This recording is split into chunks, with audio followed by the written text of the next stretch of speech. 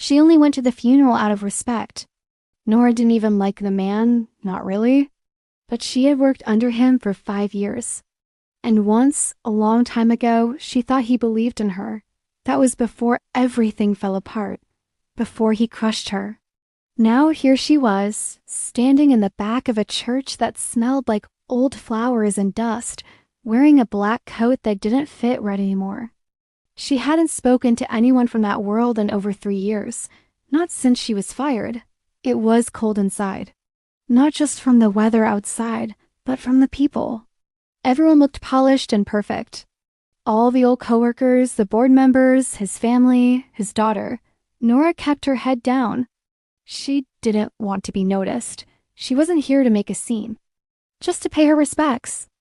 At the front of the church was a tall portrait of Richard Ellis, CEO, visionary, father, mentor. That's what the photo frame said.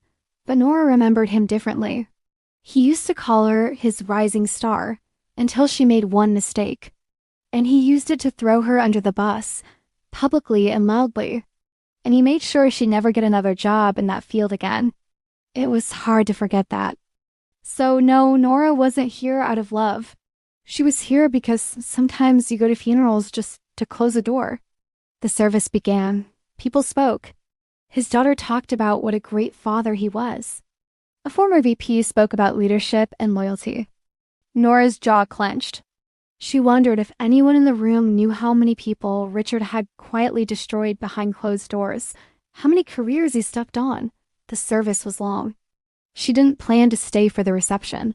But just as she stood up to leave, something strange happened. A man in a gray suit walked to the front. He looked nervous. "Good afternoon," he said softly. "I'm Mr. Ellis's attorney." He left behind a personal message to be read publicly, right here. Nora stopped mid-step. This wasn't usual.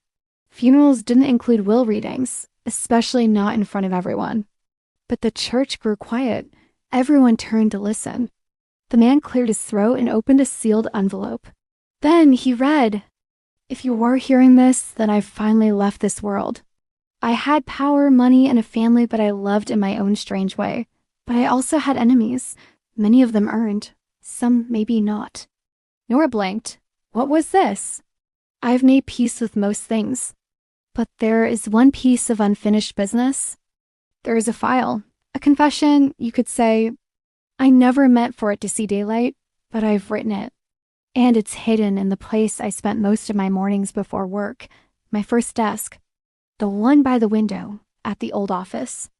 The church was frozen. You could hear people breathing. "Whoever finds it first, it's yours. Do what you want with it. Burn it. Publish it. Sell it. But know this, once it's read, things will never be the same." The attorney folded the paper. That was it. The room exploded in whispers. Faces turned to each other. Even the daughter looked confused and maybe a little scared. But Nora just stood there, frozen, because she knew exactly where that desk was. She had cleaned it once, years ago, when Richard made her come in early every morning, before her real job even started. Back then, she thought it was mentorship. Now she knew it was control. She left the church without speaking to anyone. Her heart was pounding. Outside the church, the sky was gray. The wind had picked up, carrying bits of dry leaves across the sidewalk. Nora's fingers trembled as she unlocked her car. She wasn't sure what she was doing, only that she couldn't waste time. That old desk was in the company's original office building, the one before they moved to the big glass tower downtown. She had worked in both places, and she remembered the first office well. It was smaller, quieter, forgotten by most now. But not by her. She got in her car and drove.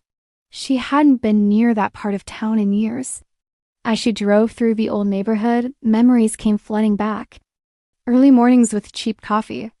Staying late to finish someone else's work. Getting scolded in meetings, then praised in private. The way Richard used to smile like a father and talk like a judge. She had admired him once. Maybe even needed his approval. Now he was gone. And if that letter was real, he had left behind something that could change everything. By the time she reached the old office building, Her stomach was in knots. It looked mostly abandoned now. The blinds were closed and the windows were dusty. But the side entrance, she knew it was always left unlocked for cleaning staff. She tried the door. It opened. The hall smelled like stale air and old carpet.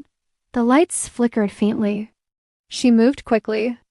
Second floor, east corner, the desk by the window. When she reached the room, she stopped. The office was empty except for a few pieces of old furniture, a bookshelf, a chair, and the desk. The one by the window. Her heart beat faster. She walked to it slowly, as if it might vanish if she moved too quickly. She ran her hand along the top. The wood was scratched. The drawers were stiff. She opened one. Empty. Another. Paper clips. Dust. Then the last one. Stuck. She tugged harder. It popped open, and inside was a thick brown envelope. It was labeled in Richard's handwriting, "For the one who remembers." She stared at it. She didn't know if she felt fear or excitement. She took it. Got back to her car. Sat there, hands shaking. Then she opened it. Inside were letters, copies of emails, handwritten notes. Names, dates, a list of employees he had sabotaged, deals he had buried, payments, bribes. One letter stood out. It was about her. Nora Chambers is smarter than I thought. If she had stayed quiet, I would have kept her, but she questioned the numbers. And worse, she had proof. I had no choice. Told HR to fire her for misconduct. Made up an ethics violation. She'd never recover from it. A shame, but necessary. Nora couldn't breathe. She read it again. The fire in her chest turned into something cold and sharp. She wasn't crazy. She wasn't wrong. He had destroyed her on purpose. And now she had it in writing. Nora sat in her car with the envelope in her lap, the world outside suddenly quiet. All those years she spent doubting herself, thinking maybe it was her fault. That she should have kept her mouth shut. That maybe she really did cross some lines she didn't understand. But now, in black ink in his own handwriting, the truth stared back at her. He ruined her to protect himself. And no one ever questioned it. No one stood up for her. Not HR. Not the team. Most of them didn't even look her in the eye when she was escorted out. She was angry then, but now it was something deeper. It wasn't just anger, it was purpose. This was a weapon. She could take it to the press, post it online, but no. That would burn fast and fade faster. People would talk for a week, maybe two, then forget. Nora didn't want attention. She wanted justice, so she made a plan. First, she scanned every page in the envelope, then stored the originals in a safe at her apartment.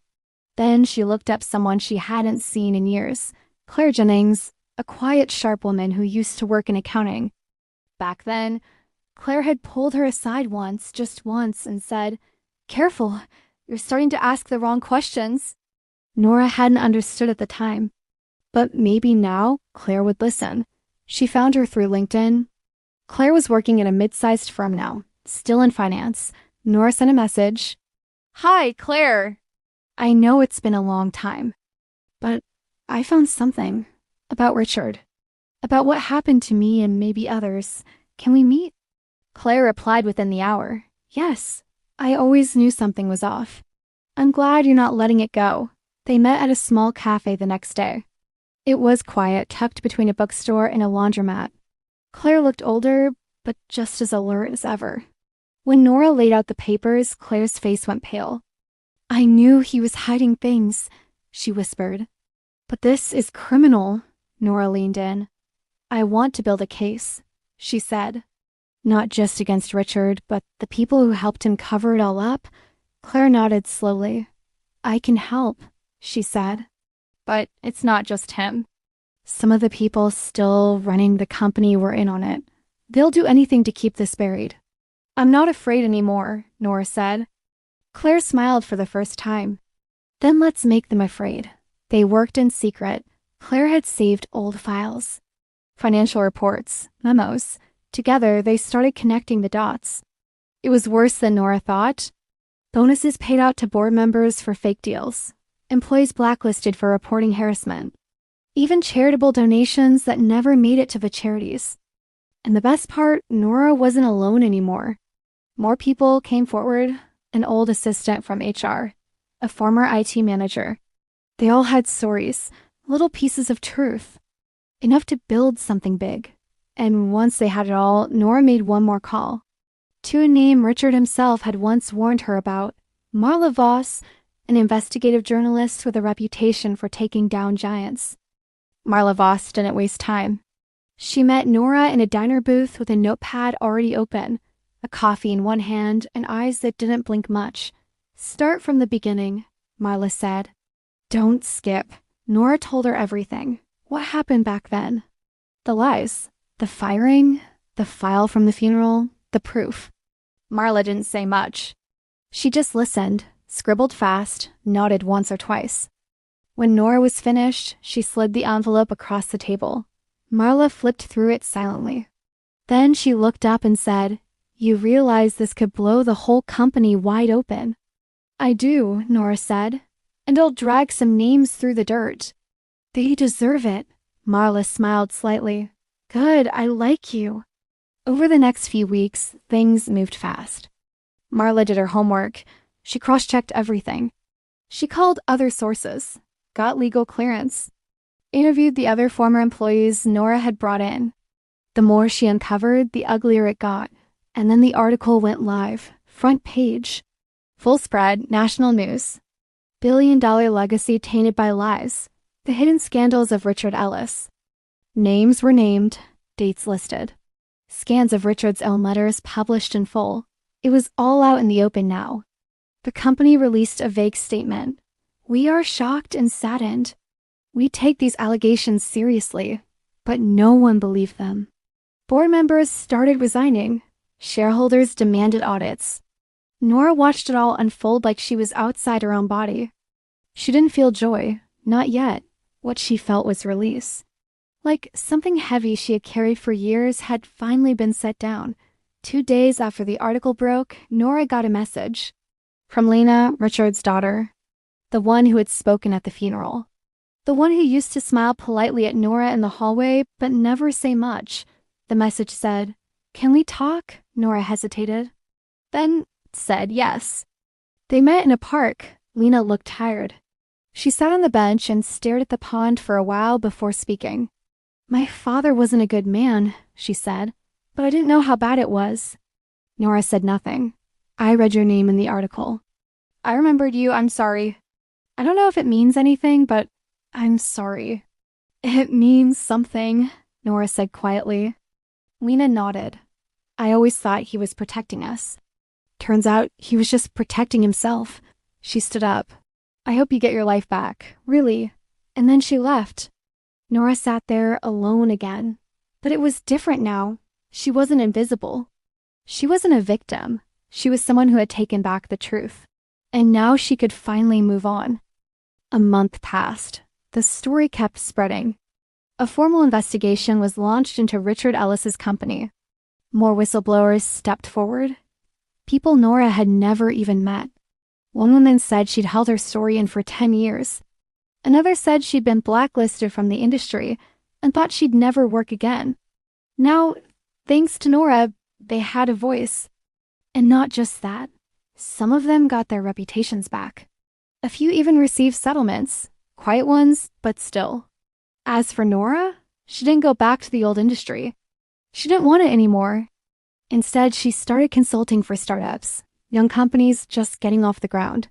She helped build better systems, taught them how to protect employees, how to spot red flags early. She even spoke on a panel once about ethics and leadership. When she walked off the stage, someone from the crowd came up to her. A young woman, maybe 25. Your story, she said. It reminded me of what I'm going through right now. I thought I was alone. Nora smiled. You're not. Back in her apartment, the envelope still sat in the safe, the original papers. The truth untouched. She didn't need them anymore, but she kept them anyway. Not out of fear. Out of memory. Because revenge, she realized, wasn't always about destroying someone.